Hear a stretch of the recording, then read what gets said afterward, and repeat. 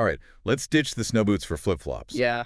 Because today, we're diving deep into island life. I'm talking about moving to Boracay in the Philippines for like a whole year. Wow. Not just a vacation, but really living there.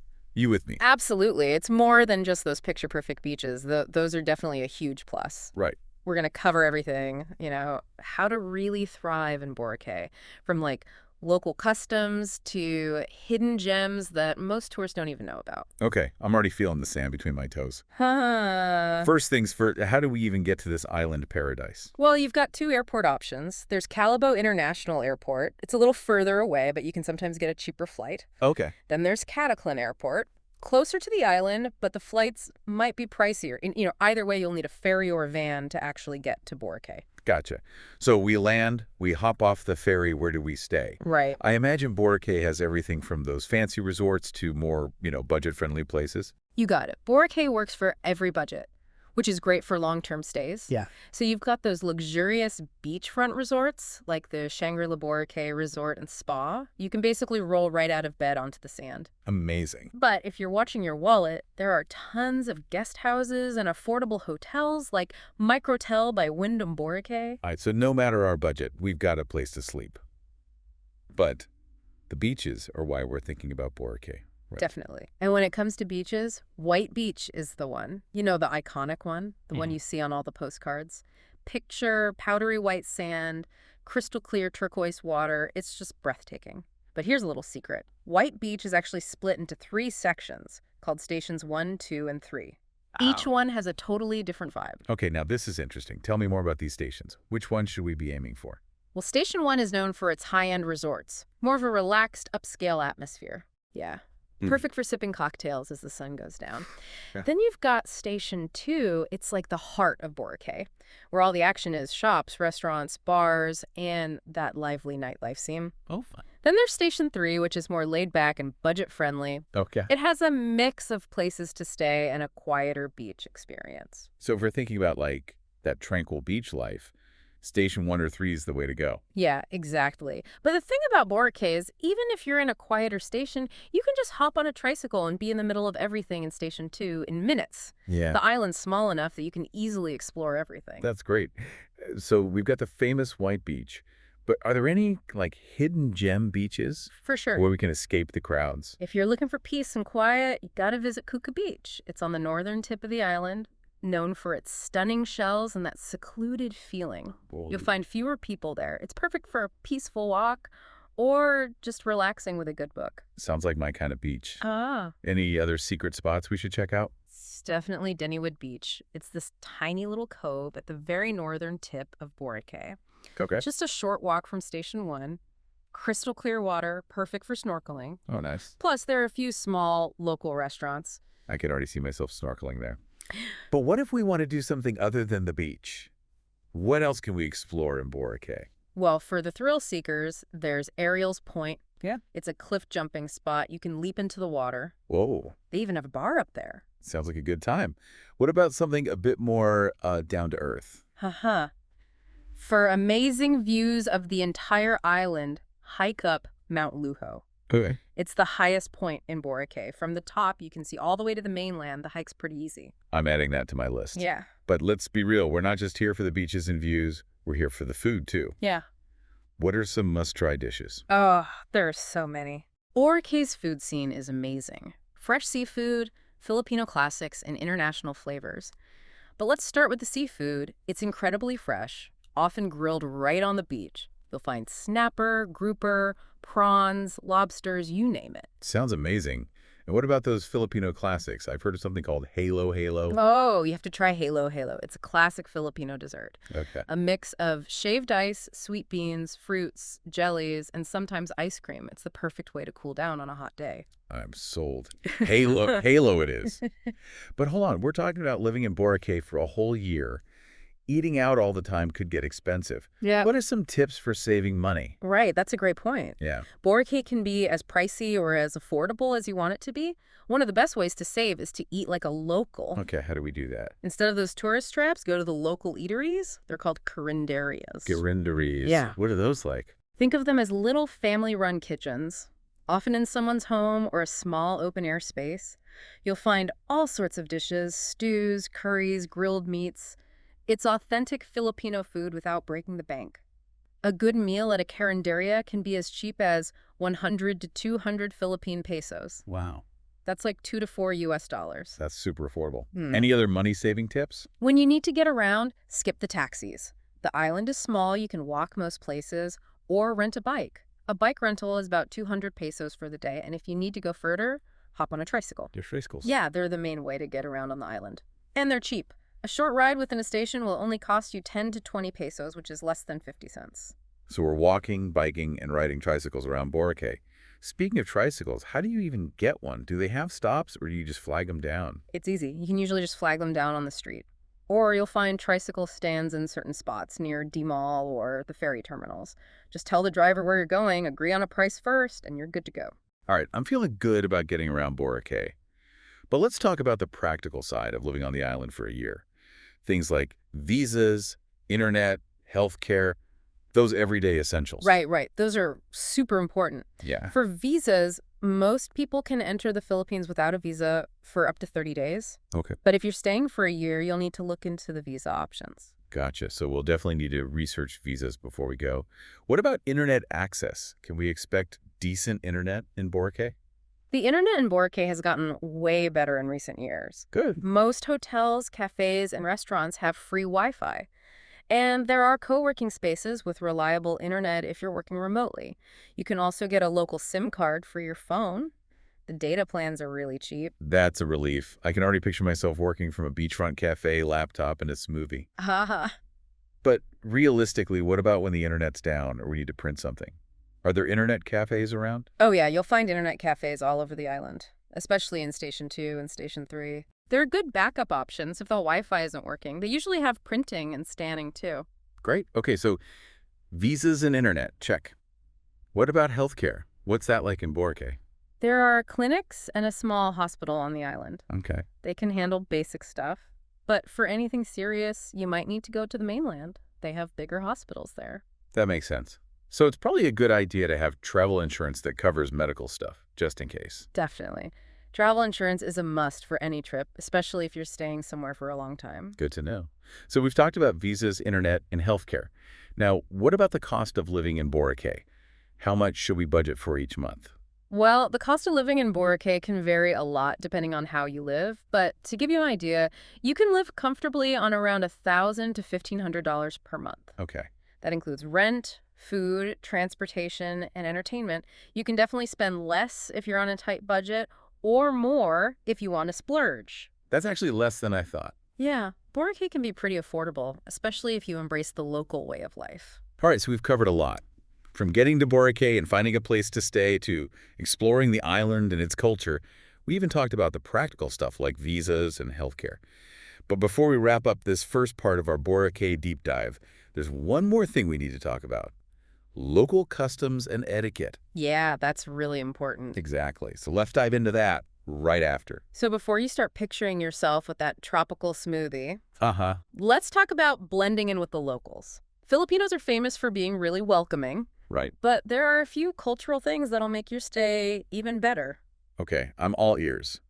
What kind of things? I want to make sure we're being respectful, not just typical tourists. One thing you'll notice is how important it is to respect elders. It's a big part of Filipino culture. Oh. You'll often hear people say po and opo when talking to someone older. Oh, interesting. It's a sign of respect. So it's like adding extra politeness to our sentences. Exactly. It's a small thing, but it shows you value their experience. Got it. Respects for elders, check. What else? Another thing is personal space. Filipinos tend to be a bit more reserved when it comes to touching, especially in public. Right. So maybe hold back on the hugs until you know people better. Good to know. I'm a hugger, but I can definitely tone it down. Oh. What about communication styles? Anything we should be aware of? Filipinos are really expressive with their faces and hands. Oh, yeah. You might see people raising their eyebrows to say hello or ask a question. Yeah. And pointing with your lips is a common way to show direction. So that's like a whole other language of expressions. Exactly. It's part of what makes Filipino culture so cool. And speaking of language, while most people speak English in Boracay, learning a few basic Filipino phrases will go a long way. Okay, challenge accepted. What are some key phrases we should learn? Start with salamat po, which means thank you. You'll be using that a lot. Then there's makano po ito, which means how much is this? Useful when you're shopping or getting food. And of course, mabuhay, which means welcome. You'll hear that everywhere you go. I'm already practicing. Uh-huh. But let's switch gears for a second and talk about safety. Yeah. Any precautions we should take while we're exploring the island? Boracay is generally very safe, especially for tourists. But like anywhere, it's always smart to be careful. Of course. Avoid walking alone in dark places, especially at night. Got it. Keep your valuables safe and don't flash a lot of cash around. Makes sense. And stay hydrated, especially when it's hot. The sun can be intense, so wear sunscreen, a hat, and sunglasses. Solid advice. Yeah. Okay, let's get back to those money-saving tips you mentioned. Right. You said eating like a local is key to stretching our budget. What else can we do to save money without missing out on the Boracay experience? Well, one of my favorite ways to save is to take advantage of happy hour deals. Oh, yeah. A lot of bars and restaurants have discounts on drinks and food during certain times, usually late afternoon or early evening. It's a great way to enjoy going out without spending too much. I like the sound of that. Happy hour, here we come. Any other tips? When you're shopping, avoid the touristy shops and head to the local markets. Okay. D-Mall is popular for souvenirs and clothes, but you can find similar things cheaper at Talapapa, the local market. Just be prepared to haggle. Haggling skills, activated. What about activities? Any ways to experience Boracay without breaking the bank? Definitely. Instead of booking expensive tours, rent a kayak or a stand-up paddleboard and explore the coast yourself. It's fun, affordable, and you get some exercise. I like it. And for an amazing sunset, skip the crowded bars and find a quiet spot on the beach. It's free and beautiful. Sometimes the simple things are the best. Yeah. Okay, now let's talk about something that's often overlooked. The local community. Yeah. How can we connect with the people who live here and experience Boracay beyond just being a tourist? That's a great question. One of the best ways is to simply talk to people you meet. Okay. Filipinos are super friendly, always happy to share their stories. Right. You can also check out local events and festivals. They're a great way to experience Filipino culture firsthand. And if you're feeling adventurous, try volunteering with a local organization. It's a great way to give back to the community. I love that idea. Volunteering is definitely something I want to look into. Yeah. Now, let's talk about getting around. Okay. We've talked about tricycles, but are there other options we should know about? Well, if you want to explore nearby islands, you can hire a bangka. I'll watch them. A bangka. It's a traditional Filipino outrigger boat. They're great for island hopping and snorkeling trips. Gotcha. And if you're going to the mainland, there are regular ferries from the Caticlan jetty port. Okay, so tricycles for the island, bancas for island hopping, and ferries for the mainland. We've got all our transport covered. But before we start planning everything, I have to ask, are there any downsides to living in Boracay? You know, the things they don't tell you in the brochures. That's a good question. While Boracay is amazing, it's important to be realistic. Right. Island life has its own challenges. For one, the island can get really crowded, especially during peak season. I can imagine those beaches getting packed. Exactly. And sometimes the infrastructure can't keep up. You might have power outages or water shortages sometimes. So it's about going with the flow and being prepared for anything. Exactly. And while the relaxed vibe is great, it can also be frustrating when things move slower than you're used to. So patience is key in Boracay. Absolutely. And it's important to remember you're in a tropical environment. That means humidity, mosquitoes, and the occasional tropical storm. Bug spray, raincoat, and a flexible attitude. Definitely. But even with those minor things, Boracay is truly special. The beauty, the friendly people, and the relaxed lifestyle make it an amazing place to live. Okay, so we've talked about the good, the bad, and the buggy. Now let's talk about finding a place to live in Boracay. What are our options, and what should we keep in mind when looking for a place to stay for a year? When it comes to accommodation in Boracay, there's something for everyone. You have luxurious resorts and villas at the high end. They often have private pools and beachfront access. Oh, wow. But those can be really expensive for a long-term stay. Yeah, those might be out of reach for most of us. Right. Then you have mid-range hotels and guest houses. They're comfortable and convenient, and the prices are more reasonable. And if you're on a budget, there are budget-friendly guest houses and hostels. Okay, cool. They're a great way to meet people and experience the local culture. So lots of choices depending on our budget. What about location? Any specific areas we should look at? It really depends on what you're looking for. Okay. If you want peace and quiet, Station 1 or the quieter beaches on the north end of the island might be good. Gotcha. If you want to be in the middle of everything, Station 2 is where the nightlife and shopping are. And if you're after a more local experience, Station 3 or the areas further inland might be a good choice. So much to think about. What are some key things to look for when choosing a place?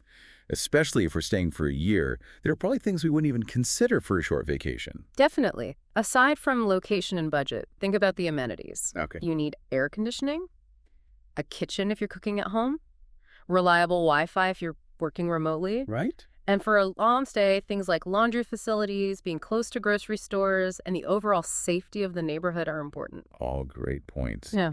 Any other tips for finding the perfect place in Boracay? I'd say start your search online. Okay. There are lots of websites and booking platforms for Boracay. You can search by budget, location, amenities, and even read reviews from other people. So do our research online, filter by our needs, and read reviews.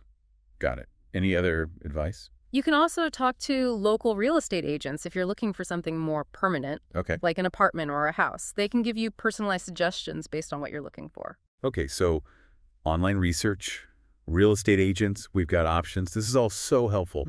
I'm feeling a lot more prepared for this Boracay adventure. You too. It's going to be great. Absolutely. But before we pack our bags and book that flight, let's take a minute to think about everything we've learned. Yeah. We've uncovered the secrets of Boracay's beaches, from the famous White Beach to those hidden coves. Right. We've talked about the amazing food, from fresh seafood to affordable carinderias. Mm-hmm. We've explored the practical side of living there, like visas and healthcare. And we've even talked about the local customs and etiquette to make sure we blend in with Boracay's community. But before we finish this deep dive, there's one last thing we need to address. Finding your tribe. That's so important. Boracay is full of different people and cultures, and finding your niche, your community, is key to really enjoying the island. Okay, we're back, ready to explore Boracay's social scene. We've covered the beaches, the food, all the practical stuff. Now, let's talk about finding our people in this island paradise. You know, it's funny you say tribe because Boracay really does bring people together. Right. Whether you're a digital nomad, a yoga lover, a water sports fanatic, or just want to soak up the island vibes. Yeah. There's a community here for you. So what are some of the different groups or communities we might find in Boracay? If you're working remotely, Boracay has a huge digital nomad scene. Cool. There are co-working spaces popping up all over, Wow. offering fast internet, comfy workspaces, and you can connect with other people who work remotely too. So we can trade our offices for beachfront co-working spaces. I'm in. Exactly. And if you're looking for something more relaxing, Boracay is a haven for yoga and wellness. Okay. You'll find yoga studios everywhere offering all kinds of yoga, Nice. often with amazing ocean views. Yoga with an ocean breeze. Sounds perfect. Yeah. What about those of us who love the water? Oh, Boracay's waters are amazing for surfers, kite surfers, windsurfers, and divers. Wow. You'll find schools and rental shops along the beach. And there's a whole community of people who love being in the water. So digital nomads, yogis, water sports lovers.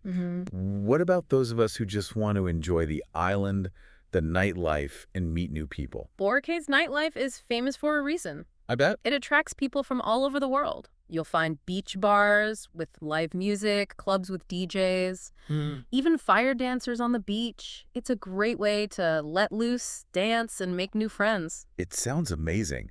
So no matter what we're into, it sounds like we'll find our people in Boracay. But how do we actually connect with these communities? That's the beauty of Boracay. It just happens naturally. Oh, yeah. You might chat with someone at a cafe, meet a fellow diver on a boat trip, Yeah. or connect with yogis after class. So it's about being open to those random encounters. Exactly. But you can also be more proactive. Check out Facebook groups, go to events and workshops. Just put yourself out there. Okay. Boracay is a small island. Word gets around fast. Right. Once you start meeting people, you'll get invited to gatherings and adventures you never knew about. That's so cool. It's like choose your own adventure social life. Exactly. That's what makes Boracay so special. It's not just a beautiful place. It's a place where you can create your own experience, connect with people, and make memories that'll last forever. All right, everyone, that's it. Our Boracay deep dive is officially done. We've uncovered the secrets of this island, from the beaches and the food to what it's like to actually live there and the warmth of the people. Remember, Boracay is more than just a place to visit. Right. It's a feeling. It's about going with the flow, connecting with nature and each other, and finding your own little piece of paradise. So pack your bags, grab your sunscreen, and get ready for the magic of Boracay. Enjoy. And until next time, keep exploring, keep learning, and keep diving deep.